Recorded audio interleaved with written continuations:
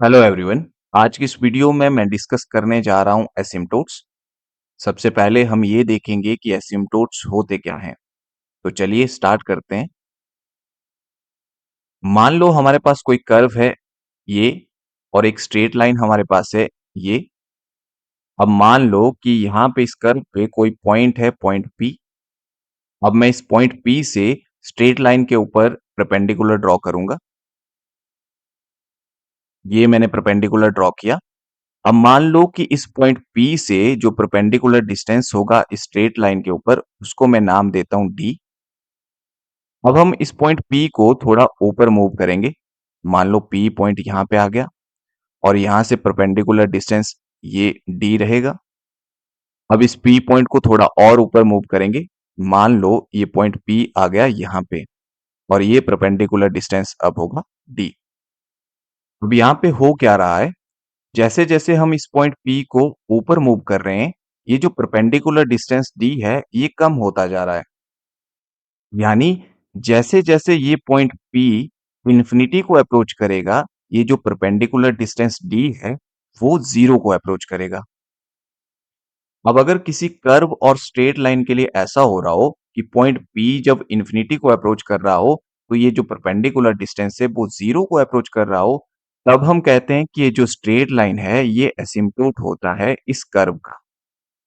अगर ज्यादा layman language में मैं बात करूं, तो एसिम्पटोट को हिंदी में कहा जाता है अनंत स्पर्शी।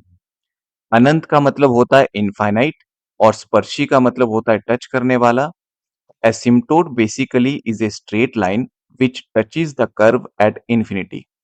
एसिम्पटोट वो स्ट्रेट लाइन होती है जो किसी कर्व को इंफिनिटी पे जाके टच करती है।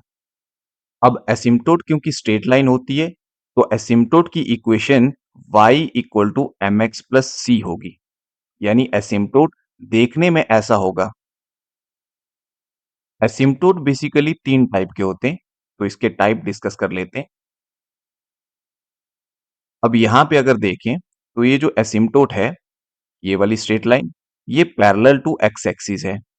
तो इस एसिम्पटोट को कहा जाता है एसिम्पटोट पैरेलल टू एक्स एक्सिस, या फिर इसे कहा जाता है हॉरिजॉन्टल एसिम्पटोट। ये हमारा पहला टाइप है एसिम्पटोट का। सेकंड टाइप में आप अगर एसिम्पटोट को देखेंगे, तो ये पैरेलल टू वाई एक्सिस है। तो इसे कहा जाता है एसिम्पटोट पैरेलल टू वाई एक्सिस, या फिर इसे कहा जाता है वर्टिकल एसिम्पटोट। अब थर्ड टाइप में जो एसिम्पटोट हमारे पास है, वो ना तो पैरेलल टू एक्स एक्सिस है और ना ही पैरेलल वाई एक्सिस के है।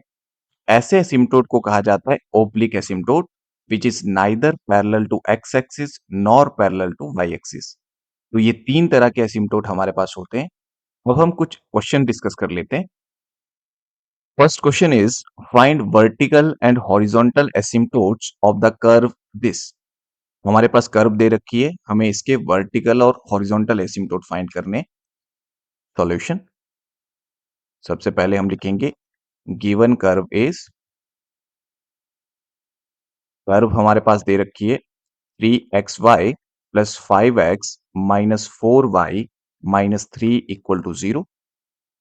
अब सबसे पहले हम फाइंड करेंगे हॉरिजॉन्टल एसिम्पटोट, जिसे एसिम्पटोट पैरेलल टू एक्स एक्सिस भी कहा जाता है। एसिम्पटोट,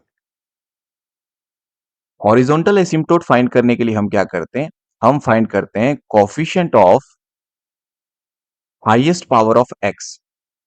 तो यहां से हम फाइंड करेंगे coefficient of highest power of x. X की हाईएस्ट पावर का कोफिशिएंट। अब एक्स की हाईएस्ट पावर यहां पे है 1, जो कि यहां पे भी है और यहां पे भी है। अब इन दोनों टर्म से एक्स जो है वो कॉमन आ जाएगा। अंदर क्या बचेगा हमारे पास, इस वाली टर्म में अगर x कॉमन आता है तो अंदर बचेगा 3y, प्लस इस वाली टर्म में 5 रह जाएगा, x कॉमन आ गया। x की हाईएस्ट पावर है 1, और उसका कॉफिशिएंट है ये 3y प्लस 5। तो यहां से हमें मिल गया 3y plus 5। Therefore 3y plus 5 equal to 0। ये हमारा एसिम्पटोट होगा, asymptote parallel to x axis, यानी हॉरिजॉन्टल एसिम्पटोट। अब हम फाइंड करेंगे वर्टिकल एसिम्पटोट। तो आगे चलते हैं। वर्टिकल एसिम्पटोट, इसे एसिम्पटोट पैरेलल टू वाई एक्सिस भी कहा जाता है। वर्टिकल एसिम्पटोट के लिए हम फाइंड करते हैं coefficient of highest power of y, coefficient of highest power of Y,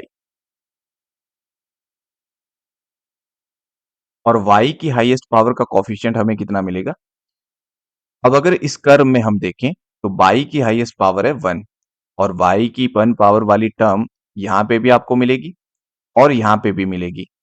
तो इन दोनों टर्म से अगर मैं वाई को कॉमन निकालूं, अंदर मेरे पास बचेगा, पहली वाली टर्म में बचेगा 3x और दूसरी टर्म में रह जाएगा -4। तो y की हाईएस्ट पावर जो 1 थी उसका कोफिशिएंट हमें मिल गया 3x - 4। तो यहां से हमें जो कोफिशिएंट मिला वो मिला 3x - 4।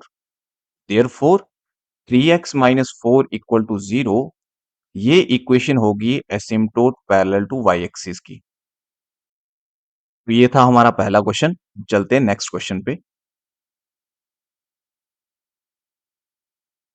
अब सेकंड क्वेश्चन कह रहा है find asymptotes parallel to the axis of the curve this.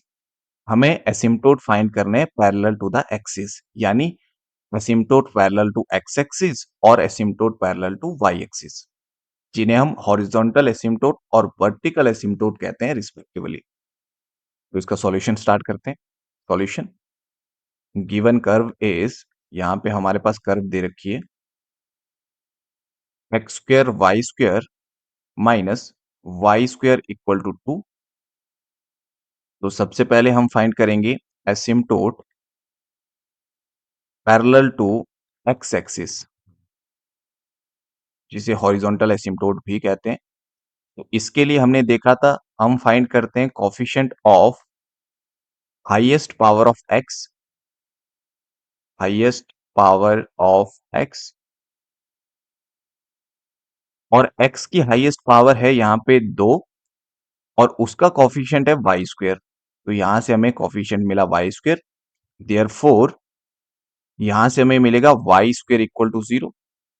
लेकिन ये एसिम्पटोट नहीं बना, क्योंकि हमने देखा था एसिम्पटोट एक स्ट्रेट लाइन होती है। तो एसिम्पटोट की इक्वेशन जो होगी वो y equal to m x plus c type की होगी, या फिर x equal to m by plus c type की होगी।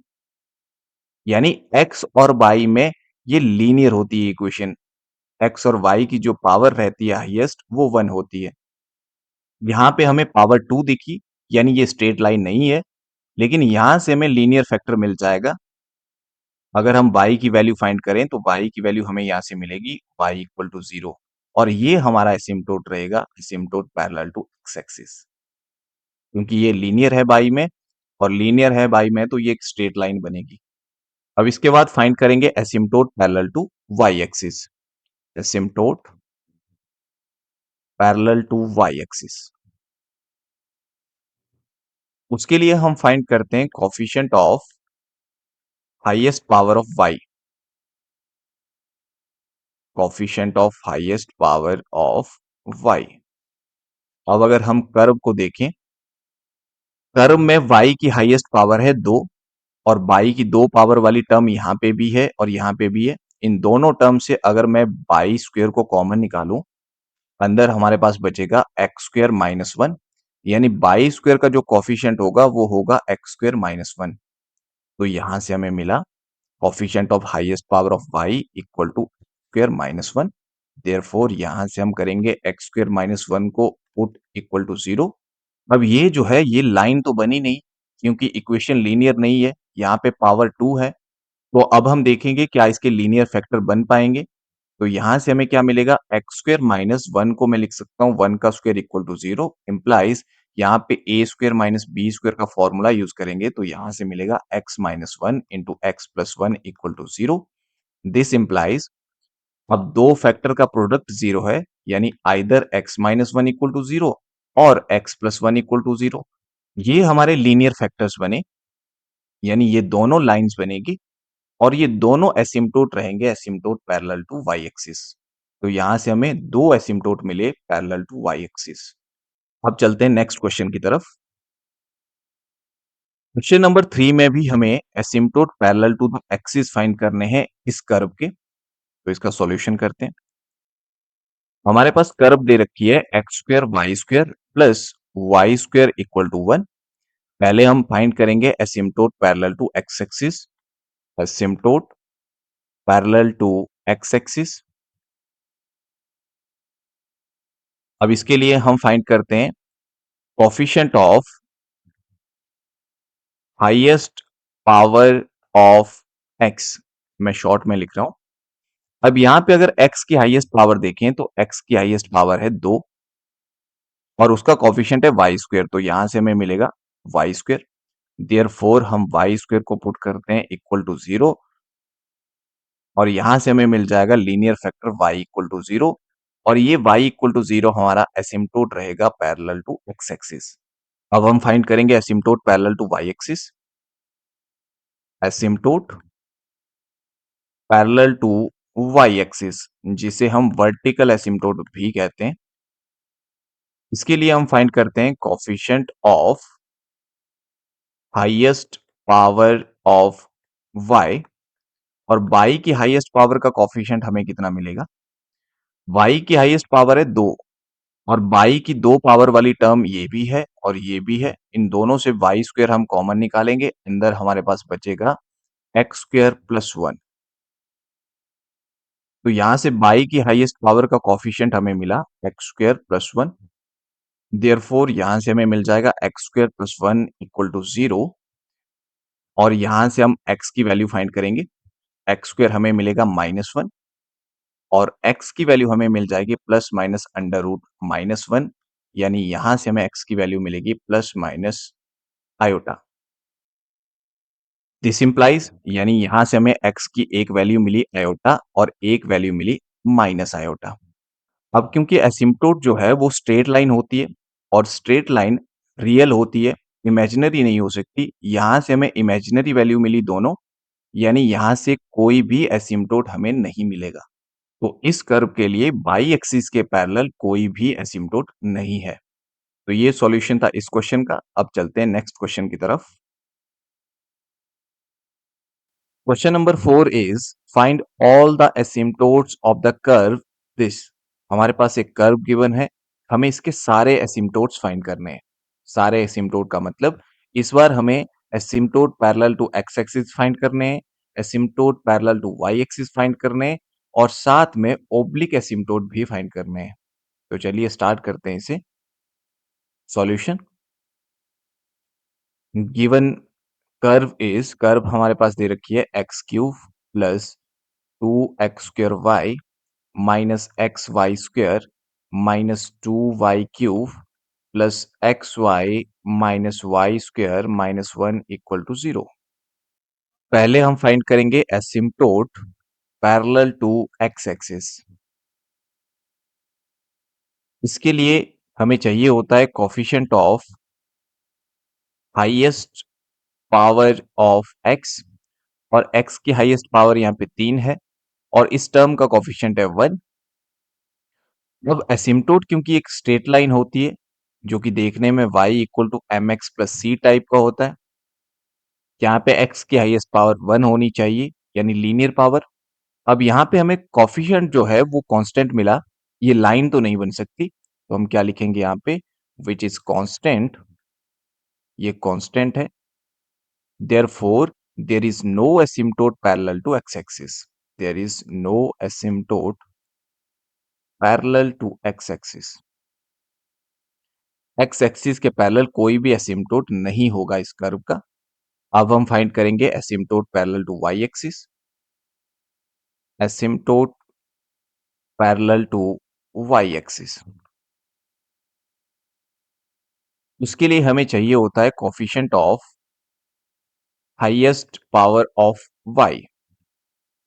हाईएस्ट पावर ऑफ y और y की हाईएस्ट पावर वाली टर्म ये है और यहाँ पे कोफिशिएंट है -2, तो यहां से हमें मिलेगा -2। अब यहाँ पे ये भी कांस्टेंट है, तो सिमिलरली हम यहाँ पे भी लिखेंगे which is constant, therefore there is no asymptote parallel to y axis. तो यहाँ पे y एक्सिस के पैरेलल भी कोई एसिम्प्टोट नहीं होगा। अब हम फाइंड करेंगे ओब्लिक एसिम्प्टोट। थर्ड हम फाइंड करेंगे ओब्लिक एसिम्प्टोट।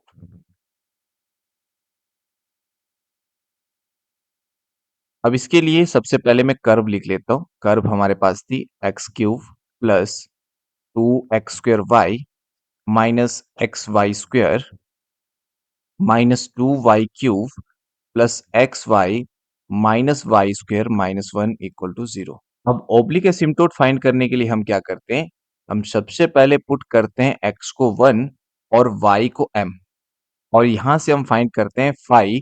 क्योंकि हाईएस्ट पावर यहाँ पे 3 है तो इसीलिए हम फाइंड करेंगे फाई 3, और x क्योंकि खत्म हो जाएगा, x को हम 1 पुट कर देंगे, y m में चेंज हो जाएगा, तो यहां से हमें वैल्यू m में ही मिलेगी, इसलिए हम यहां से फाइंड करेंगे फाई 3m। अब यहाँ पे फर्स्ट टर्म अगर आप देखेंगे तो यहाँ पे पावर 3 है, सेकंड टर्म में 2 पावर x की है, 1 पावर y की है, मिलाकर यहाँ पे भी 3 पावर बन रही है। थर्ड टर्म में x की 1 पावर है, y की 2 पावर है, मिलाकर यहाँ पे भी पावर 3 बन रही है। फोर्थ टर्म में यहाँ पे भी पावर 3 है, उसके आगे यहाँ पे 2 पावर है। हमें क्योंकि फाई 3m फाइंड करना है तो हम क्या करेंगे, हम इन 4 टर्म को लेंगे जहां पे मिलाकर पावर 3 बन रही हो, और इनमें हम x को 1 पुट करेंगे और y को m पुट करेंगे, वहां से हमें फाई 3m मिलेगा। तो फर्स्ट टर्म में x को 1 पुट करेंगे तो हमें 1 मिल जाएगा, सेकंड टर्म इसमें x को 1 और y को m पुट करेंगे तो 2m मिलेगा, आगे हमें मिलेगा m स्क्वायर और उससे आगे मिलेगा 2m क्यूब। ये हमें फाई 3m यहां से मिला। अब इसके बाद हम फाइंड करेंगे फाई 2m। अब यहाँ पे 2 है तो हमें दो दो पावर वाली टर्म लेनी है, इस टर्म में मिलाकर पावर 2 है और आगे वाली टर्म में यहाँ भी पावर 2 है, तो इसमें हम x को 1 पुट करेंगे, y को m पुट करेंगे तो यहाँ से m मिलेगा, माइनस यहाँ पे y को m पुट करेंगे तो हमें m स्क्वायर मिल जाएगा। अब इसके बाद हम फाइंड करेंगे फाइव 1m, यानी 1 पावर वाली टर्म हम लेंगे। 1 पावर वाली यहाँ पे कोई भी टर्म नहीं है, तो इसका मतलब इसकी वैल्यू हमें मिल जाएगी 0। उसके बाद हम फाइंड करेंगे फाइव 0m, यानी ऐसी टर्म हम देखेंगे जहां पे x और y की पावर 0 है, यानी बेसिकली हम कांस्टेंट टर्म की बात कर रहे हैं। तो यहाँ पे कांस्टेंट टर्म यहाँ पे -1 है तो यहाँ से हमें वैल्यू मिल जाएगी -1। अब इसके बाद हम क्या करेंगे, देयरफॉर हम पुट कर देंगे फाइव 3m को 0, और यहां से हमें मिलेगी m की वैल्यू। हम करना क्या चाह रहे हैं बेसिकली, क्योंकि हमें पता है एसिम्प्टोट स्ट्रेट लाइन होती है, यानी एसिम्प्टोट की equation y equal to m x plus c type की होती है। अब यहाँ पे फाइव 3m को 0 पुट करके हमें m की वैल्यू मिल जाएगी, और उसके बाद हमारे पास c की वैल्यू फाइंड करने का एक फॉर्मूला रहता है, तो वहां से हम c की वैल्यू फाइंड करेंगे, m और c हमें मिल जाएगा तो वहां से हमें एसिम्प्टोट मिल जाएगा। अब हम पुट करेंगे यहाँ से फाइव 3m को 0, फाइव 3m हमारे पास ये था, इसमें सबसे पहले मैं बड़ी पावर वाली टर्म लिख रहा हूँ, ये वाली टर्म -2m क्यूब, इसके बाद -m² था और प्लस 2m था, प्लस 1 इक्वल टू 0 था। हाईएस्ट पावर वाली टर्म का कोफिशिएंट नेगेटिव अच्छा नहीं लगता, इसलिए हम माइनस से थ्रू आउट मल्टीप्लाई कर देंगे। यहाँ पे माइनस से मल्टीप्लाई किया तो यहाँ बच जाएगा 2m क्यूब, आगे साइन चेंज हो जाएगा, plus m² -2m -1 equal to 0। अब पहली दोनों टर्म से हमें कॉमन यहाँ से मिल जाएगा m², अंदर बचेगा 2m+1, आगे इन दोनों टर्म से -1 कॉमन आएगा और अंदर रहेगा 2m+1 इक्वल टू 0। 2m+1 यहाँ पे कॉमन आ जाएगा, यहाँ पे बचेगा m² और आगे बचेगा -1 इक्वल टू 0। अब यहाँ से हमें क्या मिलेगा, दो फैक्टर का प्रोडक्ट 0 है, यानी either this factor equal to 0 और दिस फैक्टर इक्वल टू 0। यहाँ से इसको 0 पुट करके हमें मिल जाएगा 2m इक्वल टू -1, और यहाँ से हमें मिलेगा m² इक्वल टू 1, और यहाँ से हमें m की वैल्यू मिल जाएगी -1/2, और यहाँ से हमें m की वैल्यू मिल जाएगी +-1। देयरफॉर m की वैल्यू हमें मिल गई 1 -1 और -हाफ। तो इन m की वैल्यू के कॉरस्पॉन्डिंग हम c की वैल्यू फाइंड करेंगे। उसके लिए हमारे पास एक फॉर्मूला होता है। फॉर्मूला ये है कि अगर आपकी m की वैल्यू रिपीट ना हो रही हो, जैसे यहाँ पे 1 एक बारी है, -1 एक बारी है और -हाफ एक बारी है। अगर m की वैल्यू यहाँ पे ऐसी होती कि 1 1 दो बार आ जाती, रिपीट कर जाती, तो उसके लिए c की वैल्यू का फॉर्मूला कुछ और रहता है। यहाँ पे नॉन रिपीटिंग वैल्यू है, इनके लिए c का फॉर्मूला रहता है c equal to -pi n-1 m phi n का डेरिवेटिव एट एम। ये हमारा सी की वैल्यू फाइंड करने का फॉर्मूला होता है। यहाँ पे जो ये एन है वो कर्व में हाईएस्ट पावर होती है। अभी वाली कर्व में हाईएस्ट पावर 3 थी, इसलिए यहाँ पे n की जगह 3 आएगा और ऊपर n माइनस वन यानी 3 माइनस वन 2 आएगा। तो हमारा जो फॉर्मूला रहेगा c की वैल्यू फाइंड करने का वो होगा minus five two m upon five three का derivative m। When m equal to 1 therefore c की वैल्यू क्या मिल जाएगी, c की वैल्यू मिलेगी five two at m equal to 1 upon five three का derivative at m equal to 1 which is equal to minus 5 two 1 की value हम अंदर रखेंगे इसमें। तो अब हम देखेंगे कि 5 टू m की वैल्यू हमारे पास कितनी थी। 5 टू m की वैल्यू हमारे पास है m माइनस एम स्क्वेयर, और साथ में हमें क्योंकि 5 3 के डेरिवेटिव की वैल्यू भी चाहिए तो यहाँ पे हम 5 3 का डेरिवेटिव निकाल लेते हैं। इसका डेरिवेटिव 5 3 ये हमारे पास है, इसका डेरिवेटिव क्या होगा, 1 का डेरिवेटिव होगा 0 प्लस 2m का 2 आ जाएगा, m स्क्वेयर का 2m आ जाएगा और माइनस 2m क्यूब का 6m स्क्वेयर आ जाएगा। 2 minus 2m minus 6m square, ये हमारी 5 3 के डेरिवेटिव की वैल्यू है। तो अब यहाँ पे फाइव टू एट वन हमने निकालना था और फाइव टू की वैल्यू हमने देखी वो m माइनस एम स्क्वेयर थी। m की जगह हमने वन रखा, आगे वन का स्क्वेयर हो जाएगा। नीचे फाइव थ्री के डेरिवेटिव की वैल्यू अभी हमने देखी, फाइव थ्री के डेरिवेटिव की वैल्यू हमारे पास थी 2 minus two m minus six m square. तो इसमें m की जगह वन रखेंगे तो यहाँ से मिलेगा 2 minus two into one minus six into one का स्क्वेयर। अब ऊपर यहाँ पे वन माइनस वन हुआ यानी इसकी वैल्यू हमारे पास जीरो आ जाएगी। देयरफॉर यहाँ से हमें एसिम्पटोट क्या मिला, क्योंकि हमारा एसिम्पटोट स्ट्रेट लाइन होती है y equal to m x plus c, इस टाइप का देखने में होता है।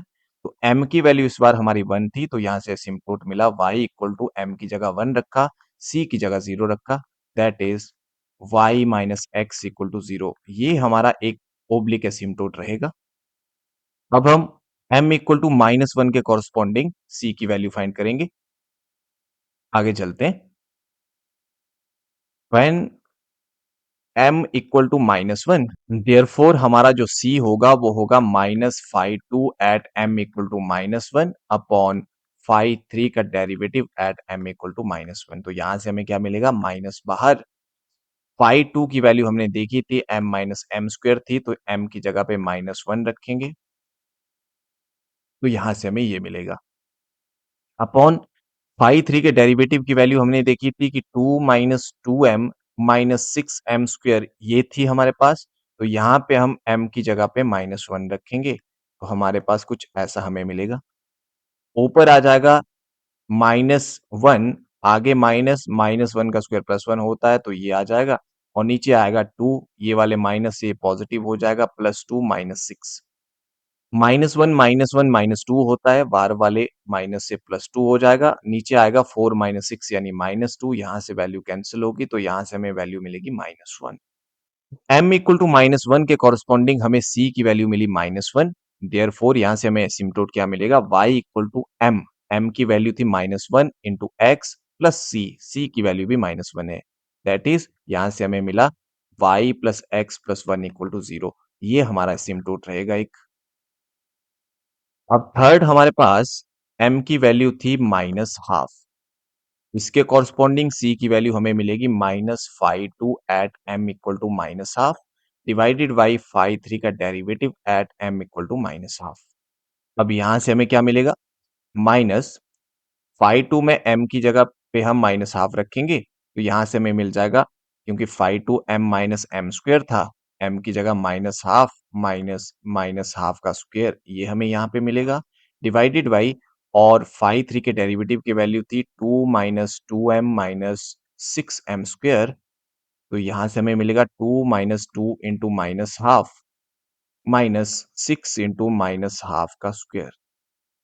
अब इसे सॉल्व कर देते हैं तो यहां से आपको मिलेगा माइनस, ऊपर माइनस हाफ आया, आगे माइनस वन बाई फोर, नीचे आएगा two plus one minus six by four, और यहां से हमें क्या मिलेगा, ये वाली वैल्यू मिल जाएगी हमें माइनस थ्री बाई फोर, एक माइनस बाहर है तो ऊपर मिलेगा थ्री बाई फोर और नीचे ये थ्री हो गया, 4 3 ज़ा 12 माइनस 6 यानी ये मिलेगा 6/4 और यहाँ से हमें मिलेगा 3/4 मल्टीप्लाइड विद 4/6। इससे ये कैंसिल हो जाएगा, यहाँ पे वैल्यू आ जाएगी 1/2 यानी C की वैल्यू इस बार हमें मिलेगी 1/2। अगर C की वैल्यू 1/2 आई तो यहाँ से हमारा एसिम्प्टोट क्या बना फिर? Therefore y equal to m की वैल्यू थी माइनस हाफ, तो minus half into x plus c की वैल्यू है हाफ और यहाँ से हमें मिलेगा 2 से अगर हम पूरी इक्वेशन को मल्टीप्लाई कर देंगे तो ये आ जाएगा 2y equal to minus x plus 1 implies 2y plus x minus 1 equal to 0। ये हमारा थर्ड ओब्लिक एसिम्प्टोट रहेगा। देयरफॉर यहाँ से हमें जो रिक्वायर्ड एसिम्प्टोट मिले वो कौन-कौन से हैं? रिक्वायर्ड एसिम्प्टोट्स आर, पहला एसिम्प्टोट हमें मिला था y minus x equal to 0 और दूसरा एसिम्प्टोट हमारे पास था x plus y plus 1 equal to 0 और थर्ड एसिम्प्टोट हमें मिला 2y plus x minus 1 equal to 0। ये हमारे एसिम्प्टोट रहेंगे इस क्वेश्चन के लिए। अब चलते हैं आगे नेक्स्ट क्वेश्चन पे। क्वेश्चन नंबर 5 में भी हमें एक कर्व गिवन है और हमें इसके सारे एसिम्प्टोट फाइंड करने। तो चलिए इसका सॉल्यूशन करते हैं। गिवन कर्व इज, कर्व हमारे पास दे रखी है x cube minus x square y minus x y square plus y cube plus 2x² minus 4y square plus 2xy plus x plus y plus 1 equal to 0। सबसे पहले हम find करेंगे asymptote parallel to x axis. उसके लिए हमें चाहिए होता है coefficient of highest power of x और x की हाईएस्ट पावर यहाँ पे है 3 और इस टर्म का कोफिशिएंट है 1 जो कि कांस्टेंट है। तो आप वहां पे लिखोगे coefficient of highest power of x equal to 1 which is constant, therefore there is no asymptote parallel to x axis. क्योंकि ये कांस्टेंट है तो ये लाइन नहीं बन सकता और एसिम्प्टोट एक लाइन होती है। इसी तरह से हम फाइंड करेंगे asymptote parallel to y axis. तो यहाँ पे इसके लिए हमें चाहिए होता है coefficient of highest power of y। तो y की हाईएस्ट पावर यहाँ पे 3 है और इस टर्म का कोफिशिएंट यहाँ पे भी 1 है। तो ये भी एक कांस्टेंट है। इसका मतलब क्या हुआ? Therefore there is no asymptote parallel to y axis as well. तो यहाँ पे बाई एक्सिस के पैरेलल भी कोई एसिम्प्टोट नहीं होगा। अब चलते हैं थर्ड ओब्लिक एसिम्प्टोट पे। अब थर्ड हम फाइंड करेंगे ओब्लिक एसिम्प्टोट। पहले मैं कर्व की इक्वेशन लिख देता हूं एक बार। कर्व हमारे पास थी x cube minus x square y minus x y square plus y cube plus 2x² minus 4y² plus 2xy plus x plus y plus 1 equal to 0। ये हमारे पास कर्व थी। अब यहाँ पे हाईएस्ट पावर 3 है तो हम क्या करते हैं, हम पुट करते हैं x को 1 और y को m और यहां से हम फाइंड करेंगे phi 3m और phi 3m के लिए हम वो टर्म्स उठाएंगे जहां पे मिलाकर पावर 3 बन रही हो। तो इन चार टर्म में मिलाकर पावर 3 बन रही है। यहाँ पे हम x को 1 पुट करेंगे, y को m पुट करेंगे तो हमें मिलेगा 1 माइनस, यहाँ से मिल जाएगा m, आगे m square plus m cube. इसी तरह से हम फाइंड करेंगे phi 2m। इसके लिए हम उठाएंगे वो टर्म्स जिनमें पावर मिलाकर 2 बन रही हो। तो इसमें 2 बन रही है, आगे 2 बन रही है और यहाँ पे भी मिलाकर एक x की पावर, एक पावर y की है तो मिलाकर 2 बनी। इनमें हम x को 1 और y को m पुट करेंगे तो यहाँ से हमें मिलेगा 2 minus 4m square plus 2m। इसके बाद हम फाइंड करेंगे phi 1m। उसके लिए हमें 1 1 पावर वाली टर्म चाहिए तो ये दो टर्म है, x को 1 और y को m पुट करेंगे। अब इसके बाद हमें चाहिए phi 0m यानी कांस्टेंट टर्म। तो कांस्टेंट टर्म यहाँ पे 1 है तो यहाँ से हमें 1 मिलेगा। अब हम क्या करते हैं, phi 3m को 0 पुट करते हैं। Put phi 3m equal to 0 और यहाँ से फाइंड करेंगे m की वैल्यू और फिर उनके कॉरस्पॉन्डिंग c की value. phi 3m highest power यहाँ पे 3 है, उसकी टर्म m³ है तो ये मैं पहले लिख रहा हूँ। माइनस m² था, माइनस m था, प्लस 1 इसको इक्वल टू 0 पुट करते हैं। अब यहाँ से m की वैल्यू हम फाइंड करेंगे। इन दोनों से हमें कॉमन मिल जाएगा m स्क्वायर, अंदर रहेगा m-1। इन दोनों से -1 कॉमन आएगा तो अंदर बचेगा m-1 equal to 0। This implies यहाँ से मिलेगा m-1 इन दोनों से कॉमन, और अंदर यहाँ पे रह जाएगा m स्क्वायर, आगे रहेगा -1 इक्वल टू 0। इसको 0 पुट करेंगे, यहाँ से m की वैल्यू 1 मिलेगी। इसको 0 पुट करेंगे, वहाँ से m की वैल्यू +-1 मिलेगी। यानी दिस इम्प्लाइज m की वैल्यू हमें मिली एक -1 और दो 1-1। यहाँ पे एक वैल्यू तो वन टाइम ही आ रही है, और जो m की वैल्यू 1 है वो रिपीट हो रही है, 2 बार आ रही है। जहाँ पे m की वैल्यू रिपीट करेगी उसके लिए c का फॉर्मूला फिर चेंज होगा। तो अब चलिए आगे c की वैल्यू फाइंड करते हैं इनके कॉरस्पॉन्डिंग। पहले हम करेंगे व्हेन m इक्वल टू -1 के लिए, क्योंकि ये एक बार ही हमें मिली है, नॉन रिपीटिंग है। तो देयरफॉर इसके लिए c का फॉर्मूला क्या रहेगा? -phi2m अपॉन phi3 का डेरिवेटिव m, क्योंकि इस बार हाईएस्ट पावर 3 थी इसलिए यहाँ पे 3 आया और ऊपर 3 से 1 कम 2, और यहाँ से हमें मिल जाएगा minus phi2 at m equal to -1 divided by phi3 का derivative at m equal to -1, which is equal to, अब हम देखेंगे phi2m की वैल्यू हमारे पास कितनी थी। phi2m हमारे पास था 2 minus 4m square plus 2m, और phi3 का डेरिवेटिव यहां से हम निकाल देंगे। phi3 का डेरिवेटिव हमें कितना मिल जाएगा? phi3 का डेरिवेटिव हमें मिलेगा 1 का 0 माइनस m का -1 और आगे -2m और आगे 3m square, -1 -2m plus 3m square. इसमें भी हम m को -1 पुट करेंगे। तो चलिए आगे वैल्यू हम पुट करते हैं। माइनस phi2m की वैल्यू हमारे पास थी 2 minus 4m square plus 2m। इसमें m की जगह हम रखेंगे -1, तो यहां से मिलेगा 2 माइनस 4 इंटू -1 का square plus 2 into -1 divided by नीचे phi3 के डेरिवेटिव की वैल्यू हमारे पास थी -1 minus 2m plus 3m square. तो इसमें अगर m को -1 रखेंगे तो यहां से मिलेगा -1 -2 इंटू -1 प्लस 3 इंटू -1 का स्क्वायर, और यहाँ से हमें क्या मिल जाएगा? माइनस अंदर 2 माइनस 4, यहाँ पे स्क्वायर है और आगे -2, और नीचे हमें मिलेगा -1 प्लस 2 प्लस 3। अब ऊपर यहाँ पे 2 से 2 कैंसिल होगा, यहाँ -4 आएगा, बाहर वाले माइनस से +4 हो जाएगा। नीचे 3 प्लस 2 5 -1, यहाँ भी 4 होगा, 4 से 4 कैंसिल होगा, तो यहाँ पे 1 वैल्यू हमें मिली। देयरफॉर जब m आपका -1 था, इम्प्लाइज c हमें 1 मिला। देयरफॉर यहाँ से एसिम्प्टोट क्या मिलेगा? एसिम्प्टोट होता है y equal to mx plus c। m की जगह पे इसकी वैल्यू रखेंगे -1, तो यहाँ से मिलेगा -x, और c की जगह वैल्यू रखेंगे तो वहां से मिलेगा +1। दैट इज, इसे हम लिख सकते हैं y plus x minus 1 equal to 0। ये वाला एसिम्प्टोट यहाँ से हमें मिला। Now when m equal to 1,1, अब यहाँ पे क्योंकि m की वैल्यू रिपीट कर रही है 1,1, तो इसका मतलब यहाँ से c की भी 2 वैल्यू मिलनी चाहिए।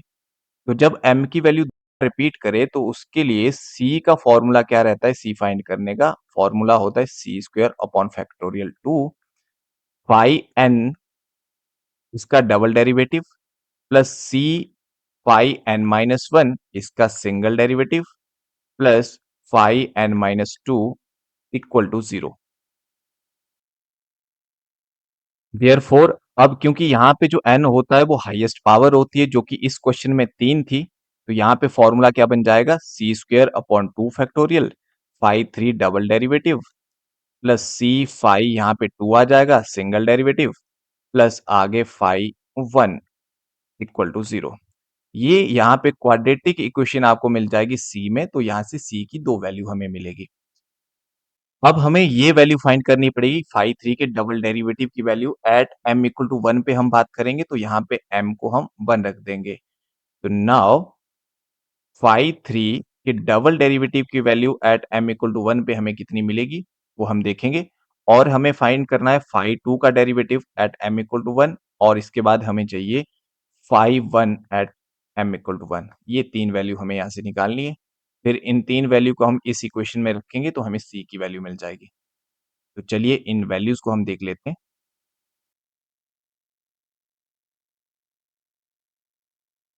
फाइव थ्री का डेरिवेटिव हमारे पास ये था। अब क्योंकि हमें फाइव थ्री का डबल डेरिवेटिव चाहिए, वो हम निकाल देते हैं यहाँ पे। इसका डेरिवेटिव 0 हो जाएगा, आगे -2 आएगा, प्लस आगे 6m आएगा। ये फाइव थ्री का डबल डेरिवेटिव होगा। और साथ में हमें फाइव टू का डेरिवेटिव चाहिए, तो यहाँ पे मैं फाइव टू का डेरिवेटिव भी निकाल देता हूँ। फाइव टू हमारे पास ये है। इसका डेरिवेटिव क्या आएगा हमारे पास? 2 का 0, -4m² का -8m और साथ में 2 ये आ जाएगा। और 5 1m हमारे पास ये है। इन तीनों में हम m को 1 रखेंगे, तो यहां से हमें क्या मिलेगा देखते हैं। तो हमने अभी देखा फाइव थ्री के डबल डेरिवेटिव की वैल्यू हमारे पास कितनी थी? -2 + 6m। इसमें हम m को रखेंगे 1। और फाइव टू के डेरिवेटिव की वैल्यू हमारे पास कितनी थी? फाइव टू के डेरिवेटिव की वैल्यू हमारे पास थी -8m + 2। इसमें भी हम m को रखेंगे 1। और फाइव वन की वैल्यू हमारे पास कितनी थी? 1 + m। इसमें भी हम m को रखेंगे 1। अगर यहाँ पे मैं m को 1 रखूंगा तो 6 - 2 यहाँ से वैल्यू मिलेगी 4। यहाँ पे m को 1 रखूंगा तो 2 - 8 यहाँ से मिलेगा -6। और यहाँ पे m को 1 रखूंगा तो यहाँ से हमें मिल जाएगा 2। अब ये सारी वैल्यू मैं उस फॉर्मूले में पुट करूंगा तो हमें क्या मिल जाएगा? तो यहां से हमें क्या मिलेगा? देयरफॉर c² फैक्टोरियल था। 2 फैक्टोरियल होता है 2 × 1। यहाँ पे फाइव थ्री के डबल डेरिवेटिव की वैल्यू 1 पे चाहिए थी, उसकी वैल्यू आ गई 4। प्लस आगे c है, फिर ये वाली वैल्यू -6 आ जाएगी, प्लस आगे फाइव वन की वैल्यू 2 = 0। अब इसे सॉल्व कर लेते हैं। दिस इंप्लाइज यहां से हमें क्या मिलेगा? 2 से 4 कैंसिल, तो 2c² -6c + 2 = 0। दिस इंप्लाइज 2 यहाँ से कॉमन आ जाएगा, तो यहाँ से हमें मिलेगा c² -3c + 1 = 0। Implies c equal to, formula हम लगाएंगे -b + -√b² -4ac वाला। तो यहाँ से मिलेगा b² आ जाएगा 9 -4ac ये 4 आ जाएगा अपॉन 2a, यहाँ पे 2 मिलेगा। और यहाँ से हमें वैल्यू मिल जाएगी 3 ± √5/2। और यहाँ से हमें दो वैल्यू बेसिकली मिली c की। c इक्वल टू एक बार 3 + √5/2 और एक बार 3 - √5/2। अब यहाँ से एसिम्प्टोट हमें क्या मिलेंगे?